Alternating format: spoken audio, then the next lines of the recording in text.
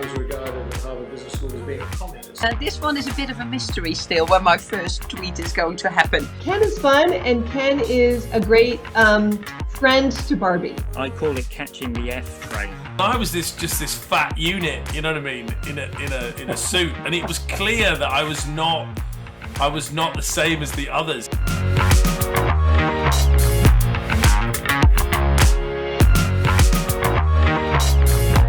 Welcome everybody to the 15th episode of WFA's Better Marketing, and today I'm thrilled to be joined by two of the most heavyweight thinkers and minds in the industry. And actually I say that not to be flippant, because as many of you will know, I'm not a fan of the digital metrics that have been thrust upon us, and neither am I a fan of some of the very old school metrics that don't really serve the modern era. But these two people, who I have to report, I'm slightly disappointed, are not related. Karen Nelson-Field, Professor Karen Nelson-Field, and Peter Field, welcome to our podcast. I'm not going to introduce you, because if people in marketing don't know who you are, all I can say is, oh dear. Anyway, welcome both. So fantastic to have you here. Let's start with the most important question, and let me start with you, Karen. The most important one is always, how are you? I mean, you are flying around the world like nobody's business, grabbing attention for the attention economy. Are you well? I am well, and it's exciting to be traveling, after such a long hiatus, so couldn't be happier. Good. And you, Peter, looking very well? Are you well? All well, yeah, looking forward to getting back to travel. I haven't yet put my toe in the water, but about to do so. So I have a strange kind of nervousness about getting back to travel, because I haven't done it for 2 years. So I just got to kind of get back out there and do it. It's like being a young rookie all over again. I think, first business trip. Anyway, we'll see how it goes. I'll probably get lost. Well, listen, welcome both again. And I thought we'd start with one of the most important subjects in marketing, which is effectiveness. Because in the end, if the pandemic has shown us, well, it's shown us many things, but in the world of marketing, it is that, how are we measuring what we're doing? Is it working?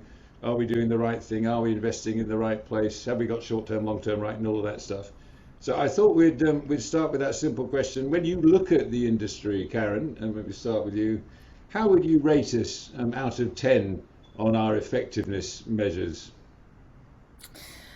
You probably should have started with the father of effectiveness over there, but but I think from my side, it's hard to put a score on it, because I only have a helicopter view, and I can only sort of see what the effects are of effectiveness or on effectiveness from the sort of context of attention. So I don't blame this score on anyone, but I'd kind of say 4 out of 10. And that's because, and it's not from marketing effort. I think it's from inequity across impressions. And Peter and I have had this conversation lots of times. So I think there's a lot of flow-on effects from inequity of impressions that advertisers are not aware of, and then have a subsequent impact on effectiveness. And Peter? Well, I was going to be slightly more generous. I was going to give marketing 7.5 out of 10, and that sounds like a very arbitrary number, but it isn't really. 7.5 out of 10 corresponds to a kind of, I think, how marketing is compared to where it was at its peak before the performance marketing revolution kind of made us all go a bit daft.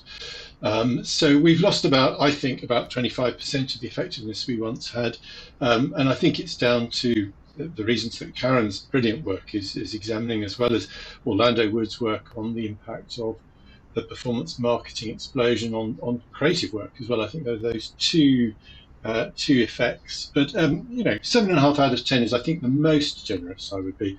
Half of me wanted to say 5 out of 10, but I thought that was a bit mean, because there are lots of other challenges out there that have all contributed to this that are beyond the scope of marketing to fix. So I'm feeling kind. 7.5 out of 10. Maybe we should average the two, right?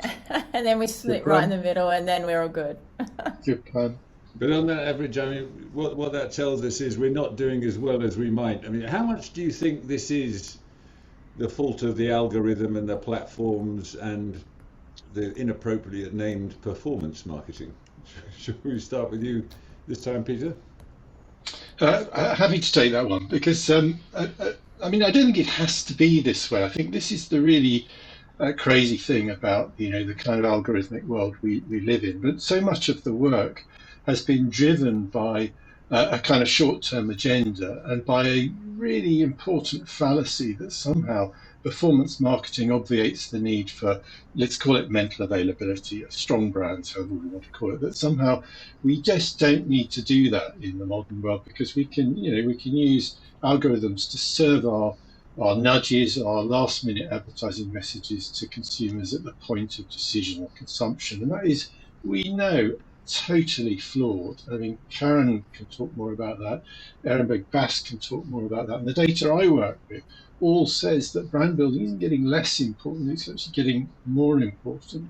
So and it's just not really built into most of the algorithms. They're not about reach, they're not about scale, they're not about building brands, they're about this ROI driven obsession with bottom of funnel, low hanging fruit kind of thinking. And it is so dangerous. You don't build businesses that way. Yeah, I mean, I'm a massive fan, Peter, of and I always like to call him Les Binet, because I think it has a certain... I think you'd sooner be called Binet, but I know. Who knows? I know. But obviously, as we've all grown up looking at how you build brands and where you put a percentage of investment, what's your rule of thumb these days? What's the data show? Well, we still offer kind of 60-40 as a start point. I mean, technically, I think our data says 62-38, but it's not that accurate. A few percentage points either way so we still talk about 60-40, but we do always acknowledge that it's an average, and averages, of course, are precisely that. It varies enormously in context. We know that different categories and indeed different brands require different balances. It's really about the comparative ease in your category of building brands, and in some categories, more emotive ones typically, it's much easier to build brands, premium brands as well. It's easier, whereas in categories where it's less emotional, it can be more difficult, for instance. But also in some categories, it's much easier to do the whole short-term piece. If it's a very online category, there's lots of data flying around. We can do kind of short-term piece much more efficiently. But it's about balance. So in some categories, you need to lean into brand because it's tough. In some categories, you need to lean into short-term because it's more tough. But typically it's 60-40. But I mean, one of the interesting things that we've noticed over the years is that that sweet spot seemed to be leaning ever more into brand. There seemed to be a trend where year by year it steadily got a little bit more kind of brand, and never really been able to explain that. But I think the work that both Karen and Orlando have been doing is just beginning to shed light on this. And I think that's why I'm so interested in both of their work streams here, is that what both of their work suggests is that we're just not very good. It's not as good as we once were at building brands. The creative work isn't as good at building brands as it was. And our media deployment is certainly not as good at building brands as it was. And so we're actually having to lean more and more into it because we're doing the wrong thing. So I think there's some kind of interesting stuff going on about 60-40 that we need to put right, and I'm sure we can put it right. And there are the first optimistic signs that maybe we are beginning to turn the corner on what's been a pretty long, grisly 10 years of declining kind of trends. Thanks, Peter. I mean, Karen, can you speak after 3 long years of work, which was reduced down to some simple lessons about this conundrum between brand building and short-term effectiveness? What's your view? Platform performance really does mediate a brand's ability to grow or not grow, and we see that through the work we do with attention and mental availability. So I'm not being so harsh on marketers because to Pete's point, there has been a swing back to emphasis on growing a brand, but marketers are really unaware of how different the performance is across different platforms, and not just the platforms, but within the platforms. So different formats within the platforms can be the difference of night and day in terms of how much attention it gains. So without all that knowledge, it's so difficult for for brands to be able to, we've done share of voice sort of work, Peter and I, and it's so hard to sort of understand what are they actually buying against. And, even if they think that they're, inputting enough media dollars into brand growth, it's negated by the performance of the platform. So it's a big conundrum, and, I don't blame anyone other than, to your point, we've done lots and lots of years of research on this thing called an attention currency and an attention economy, and it does boil down to some basic lessons around platform functionality and understanding the norms. I think norms are your friend. And what about the impact on creativity? Because obviously, there's a deep belief. I, for instance, a massive fan of brand building and using emotion to do that, and a lot of your work points out that you need to be a bit more precise about how you use it, and some great learning opportunities if creative people will use them. In my experience, on the whole, they go no, and don't want to. Have you seen a shift there? Yeah, so what's interesting about that, I'm not sure if you knew this about me, but my first book was on emotions and how content diffusion, so in the kind of era of viral diffusion, and what emotions do to the ratio between viewing and sharing.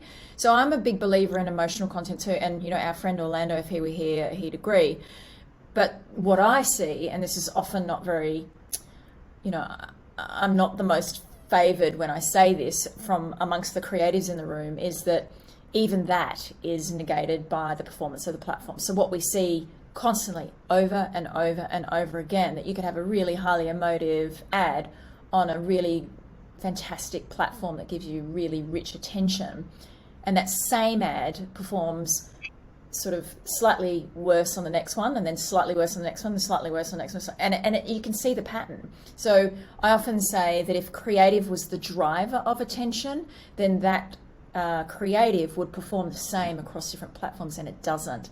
So it's tricky because you go and build something wonderful, but if no one gets a chance to see it because of the nature of the platform functionality, then what do you do? Yeah, and I was familiar with your work, and I particularly like the notion of bottom-up triggers and top-down triggers when it comes to emotion, and indeed the work you've done around how effective TV remains for all of the reasons of attention.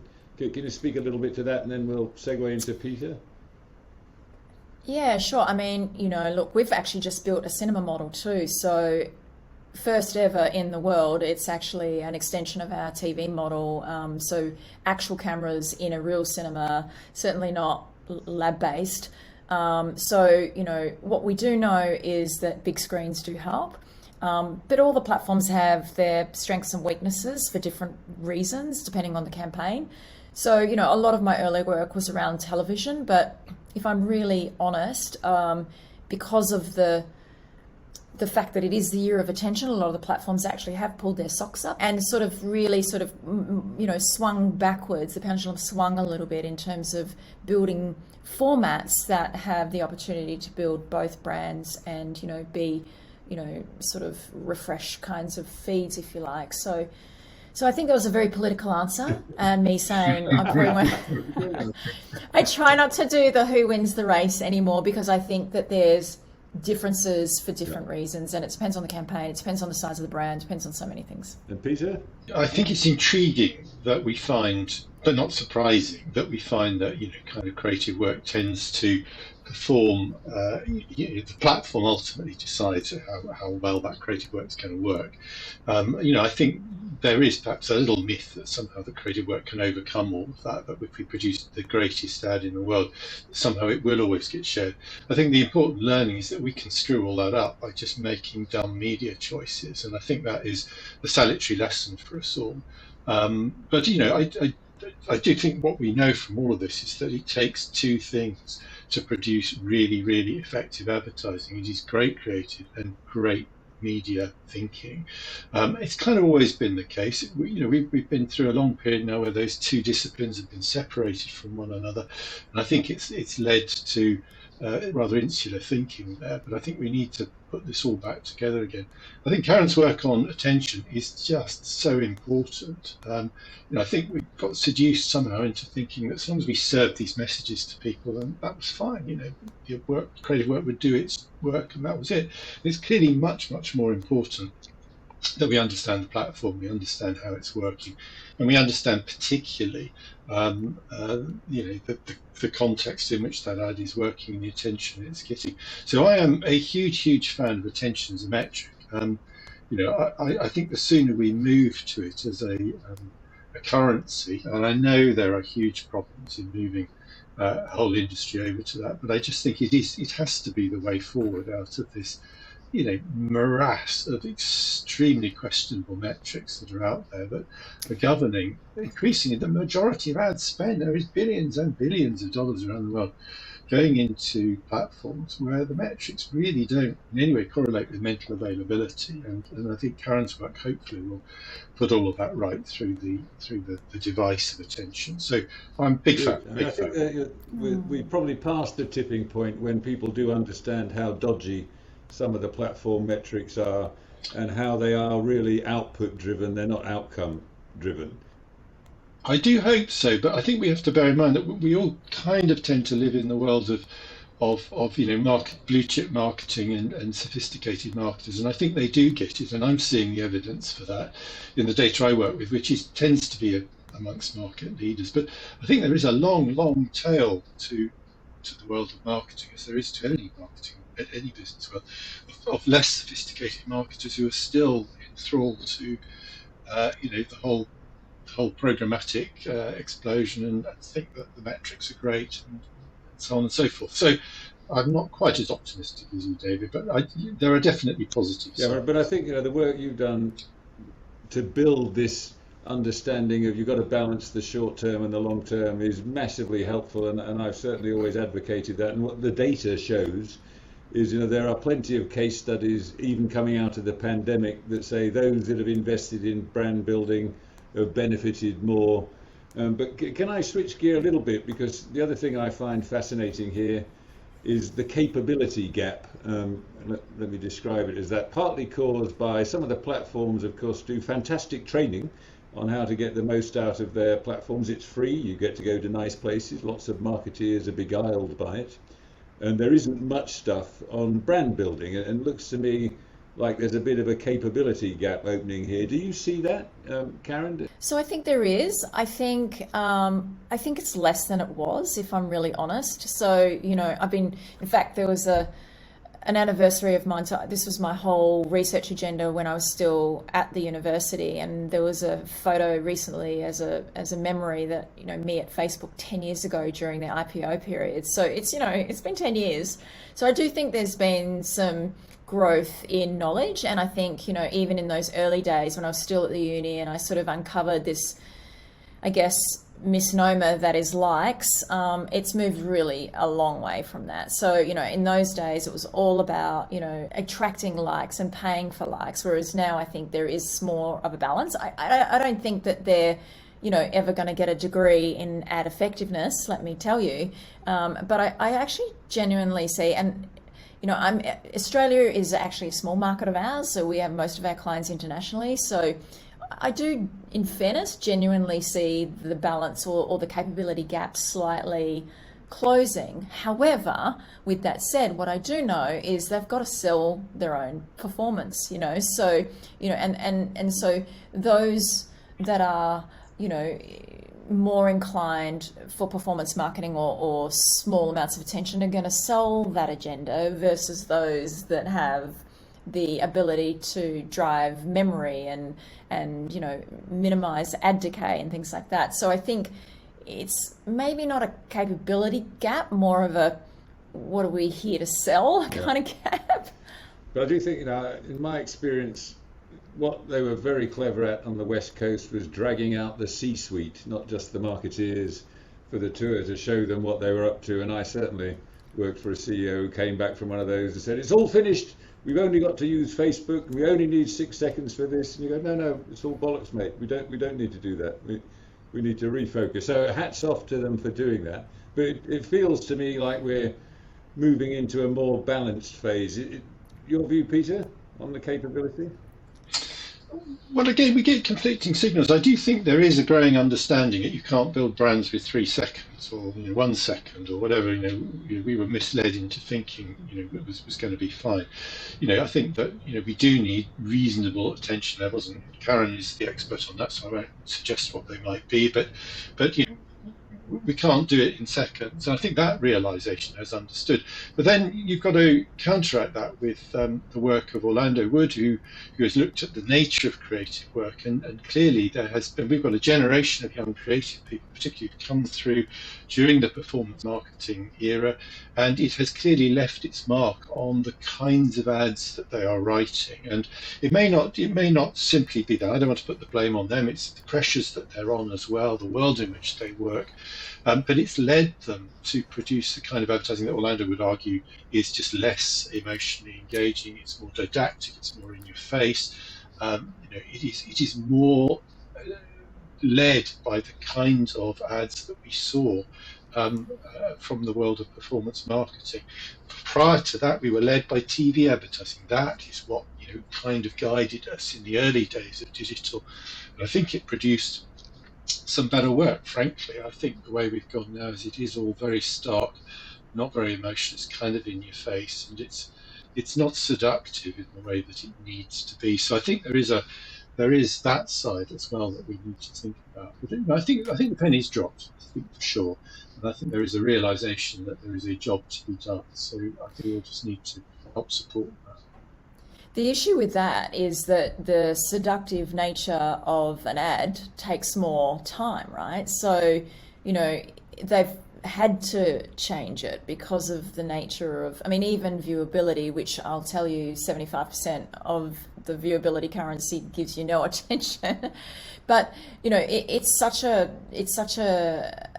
problem for now, because these beautiful sort of emotionally led ads that sort of take you on this journey through this brand purpose is just so hard to achieve because of the amount of attention. But I will say, and this is an excellent segue, thank you, Peter, is that attention's not the only, it's important, but if you can have attention and still not have brand recognition or mental availability as we test it. And the reason for that is, there's the emotions and the subjective side of creative, but there's also the objective side of creative, which is, purposeful brand, and making sure that the brand is distinctive and frequent and early and sizable and all of that. And you'd be surprised. So that it's not a perfect relationship between, if you get attention, it might not still get chosen, or might not get clicked on, or might not get shopped at the next fortnight.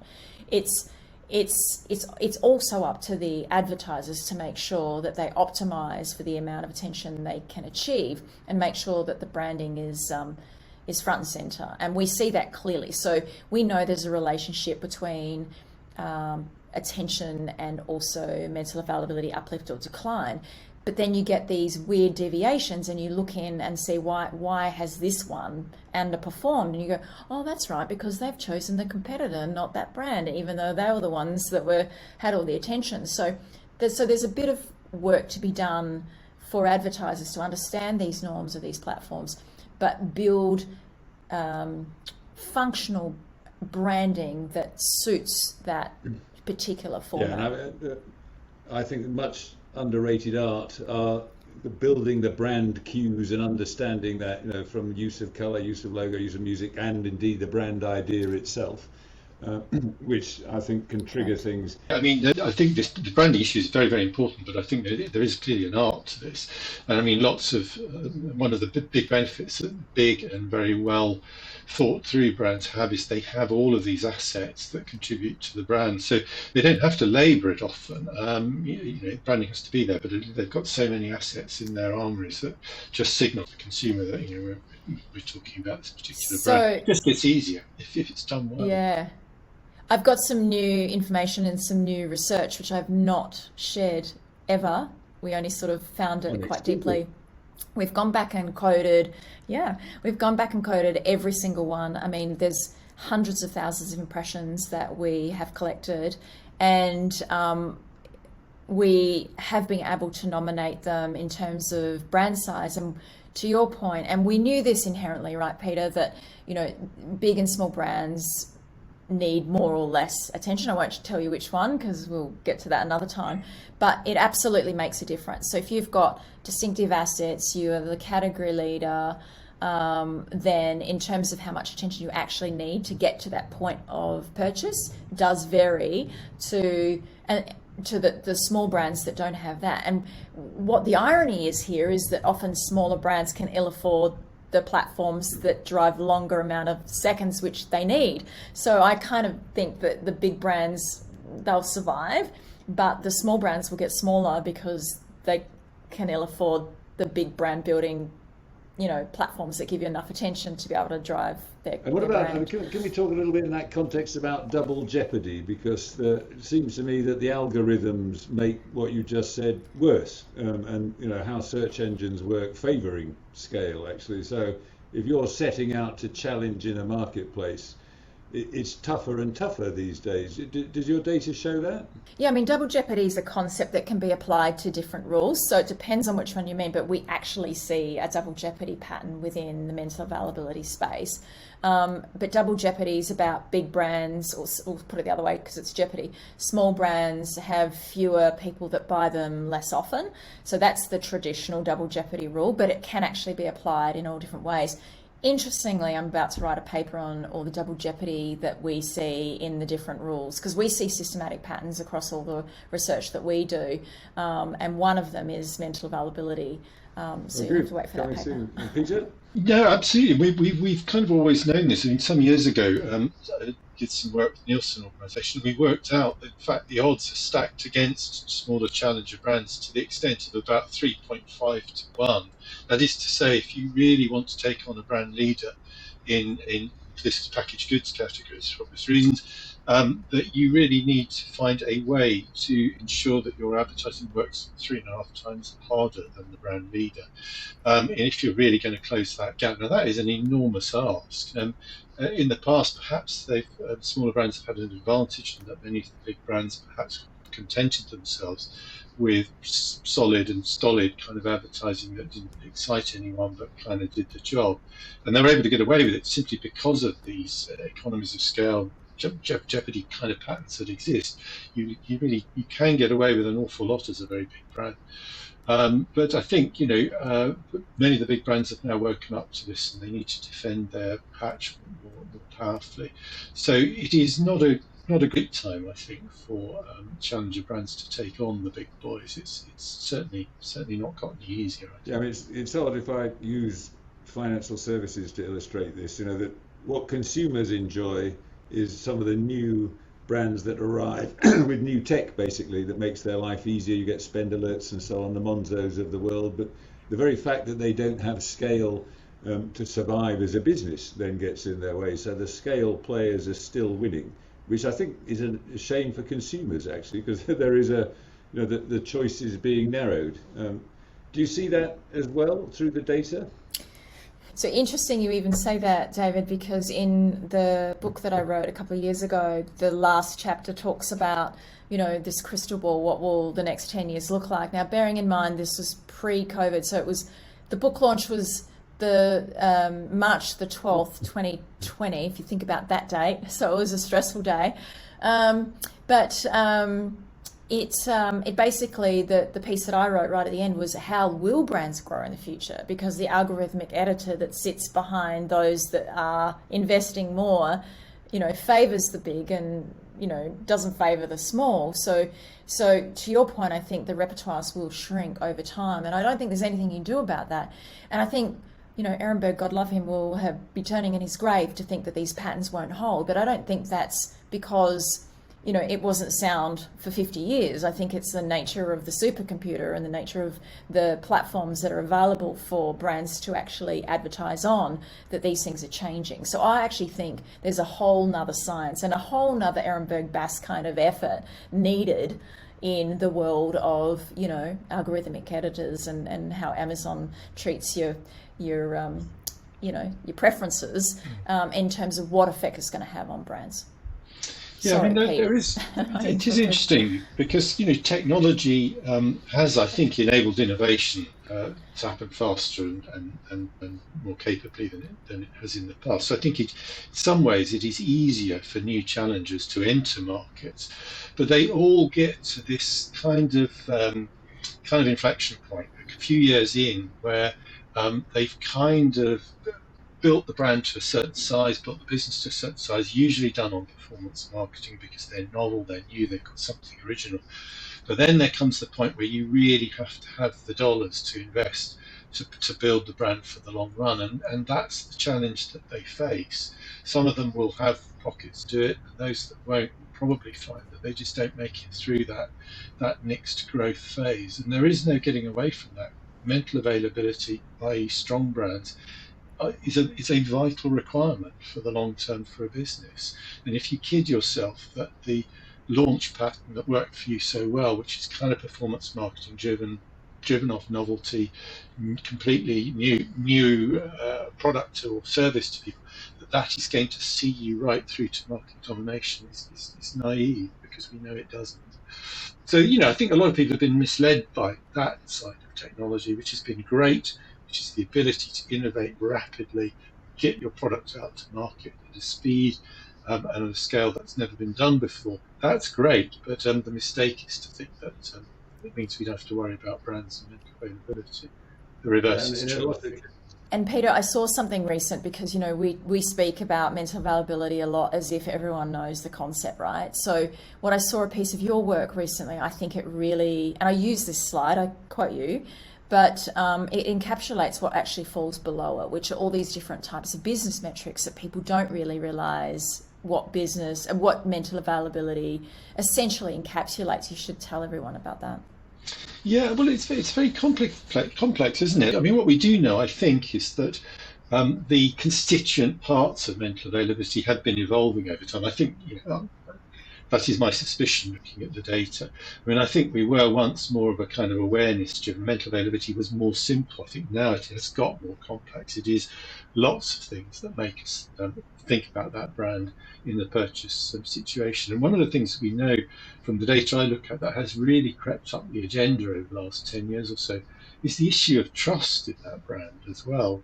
I think when people are looking at the choice of brands they have, there is ever more importantly, it's not the only consideration. I'm not suggesting for a moment that it dominates, but it has definitely got more important.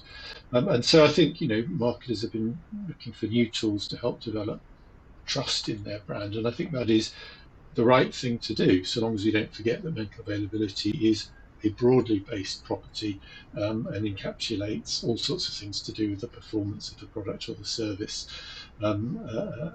as well as our kind of general level of salience for it.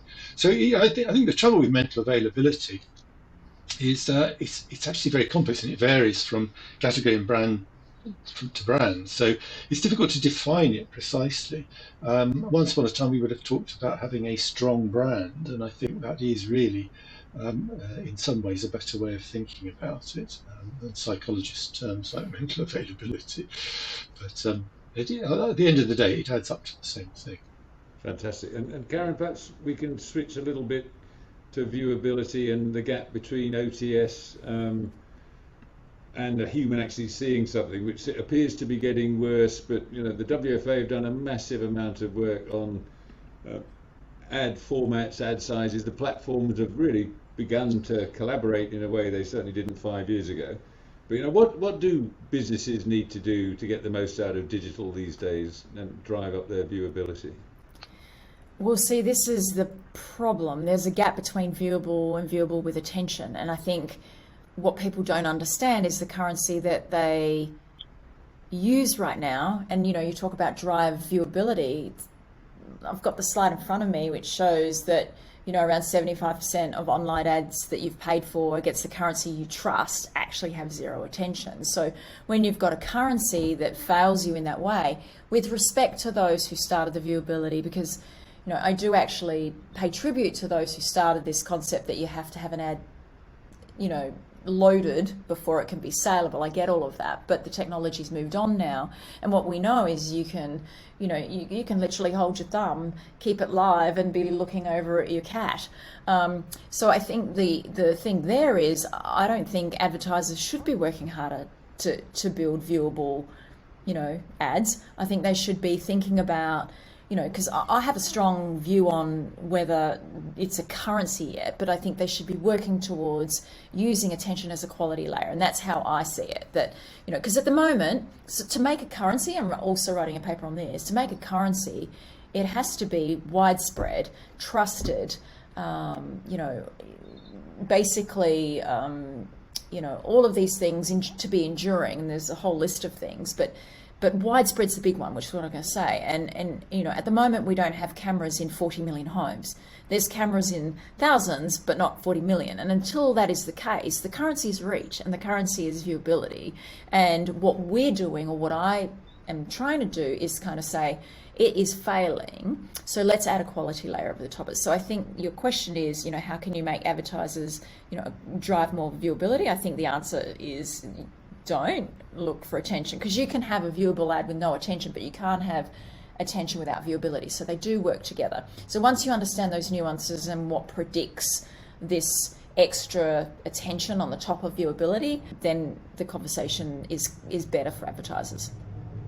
Excellent. And the metrics that are used in a boardroom, let me go there, intrigue me, because obviously what people are looking for is continuity. If you're a non-exec in a board, you want to know that what you were viewing a year ago is making progress, and when the metrics shift so much, as in the metrics used, there's a real problem. So I don't see much stability in boardrooms where people are going, right, in this modern era, here is what we need to use as our KPIs to measure our advertising. And this is where perhaps attention as a currency will become valid. I mean, are you on a journey to that, Karen? Yeah, I mean, I genuinely think we're on the precipice of major change, and we see that every single advertiser asks, we hear it back from the media agencies, that the brands say, what's your attention strategy? So I think this is going to be the biggest shift in 20 years since the viewability technology actually came out. I genuinely do. I do honestly believe that it's still in its infancy. So I call last year one, and I think by year 3 there might be, we've got some amazing case evidence, and there is definitely some movement in incorporating it into systems. But I think I look at even the data we have and the distributions that happen at individual level, and how much more we can know about big and small brands and all of that sort of stuff. I think there's lots more to come. So the key now is to get more data, so broader and deeper data, to make sure that this currency is trusted and it is stable, which is exactly what you just said. Peter? It's an interesting point you raise. I mean, I would heartily encourage companies to build in attention metrics to their evaluation, to their kind of brand health assessment. I think it's a really useful metric. I accept that it's a big difference between it being a metric and it being a currency. Understand all of that, but I think as it gains ascendancy as a metric, it will inevitably become a currency in time. I think we can technically deliver it, but I think it's a really good metric, partly because it kind of covers the two things that I was talking about earlier on. It covers the quality of the creative work.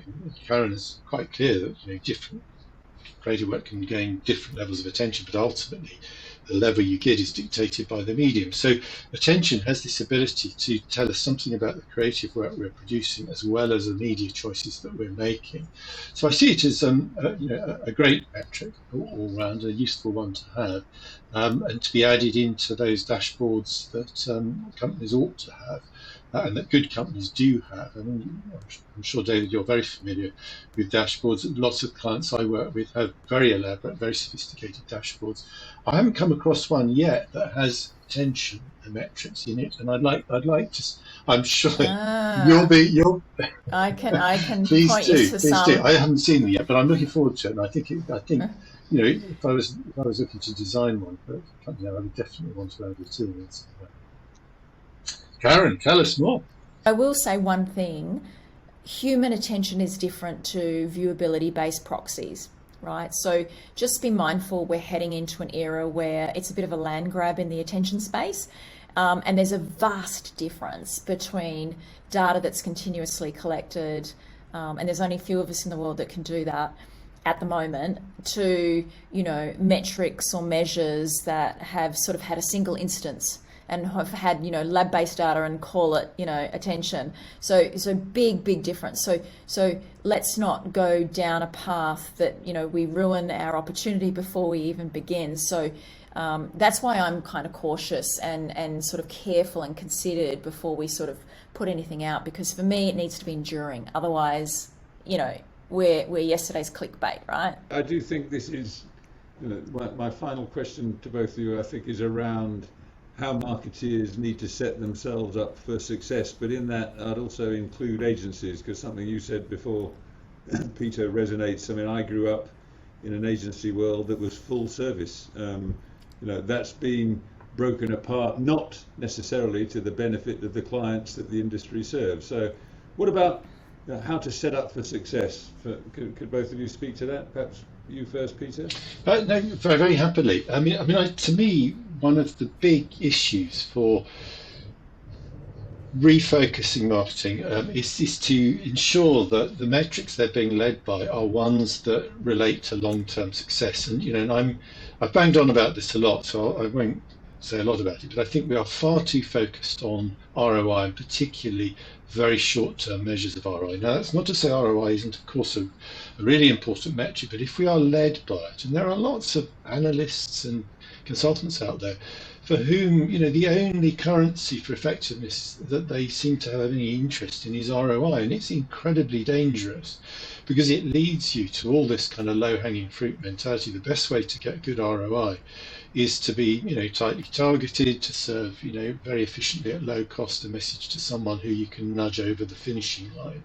And as we know from the wonderful mea culpa revelations of Adidas shortly before the pandemic, if you go down that route, it teaches you something very wrong about how to drive your business. It teaches you about performance marketing and digital tools. That is where it leads you. But when you do the long-term analysis, when you look at long-term econometric modeling, for instance, which I do think is very important, even in the quick-fire world that we all live in today, because if you don't take a longer-term view, you can't see the dangers of all of these short-term choices you're making when you're just chasing some kind of incremental improvement to ROI. So, I would just get marketers focused on, long-term growth, long-term profitability and all of that, because when you do that, you have to build brands. Brands, let's remind ourselves, are not just about driving volume, they're also about driving margin. And you combine those two, and that's the best impact you'll make on profit. And you won't get that double whammy benefit out of the short-term performance marketing piece. So, that is where I would point marketers to think about the year-on-years, think about the long-term growth, think about the metrics that show that you are, each year improving the brand and its trading strength, not just driving, kind of little short-term wins, which we've become too focused on. Fantastic. And Karen? So adding to that, I would say understand how different platforms perform relative to long and short term, because we know that there are differences, right? And there are norms depending on the platform and format. So understand how they perform relative to long and short. I also often say understand the flow and effects of inequitable impressions, because people sort of underestimate that it's not just a reach thing. We've just had a conversation about how it impacts mental availability. It impacts, any attribution you might do. It impacts any share of voice, share of marketing budgeting. It impacts creative. It impacts so many things. So that it's more than just single reach. And the last piece of advice I'd have to advertisers is, if you are thinking about a quality metric to supplement what you have now, make sure you get procurement on board. And the reason why I say that is because their entire remit is about cost reduction, right? And so here we are saying, actually, you should pay more for an impression because it gives you more long-term effects or more of what you need. So big part of the lessons that I'm trying to sort of explain to people this year is make sure procurement are on for the ride, because they are your boss. Here, here. No, I just 100% amplify that. Yeah. This does require a change of mindset in the procurement process. Yeah. It does, Yeah. but I think it also means, you know, that marketeers have to own that relationship, not blame it, which is often what happens. Yes, that is But true. anyway, can I say what a fantastic conversation this has been? I could listen to you both for hours, and between you and Orlando, you keep the industry grounded. There you go, fields and woods. I saw that on your Facebook thing. So back to long term and short term. In the very short term, I'll have the delight of meeting you in person in Athens when you're speaking on the 7th of April at the Global Marketer Conference. And I have to say, in this digital world that we've become so accustomed to, I can't wait to meet this community in person again, and particularly to listen to what you've got to say, and no doubt reveal some more firsts in your new paper. And Peter, don't know if you're going to join us in Athens, but it'd be great if you could. No plans to. No, I love Athens, but Well, it's I haven't done any. next phase. But again, thank you both very much, and thank you Great. all for listening to this. I'll be back next month with another Australian. David Droger, these days the CEO of Accenture Interactive, is going to join us, and I think he'll bring a different spin to what we've followed this year, because bringing together media creativity and the delivery of experience through technology is really the mission he's on. So looking forward to the next time, but particularly looking forward to seeing you all in Athens. Thanks so much for listening.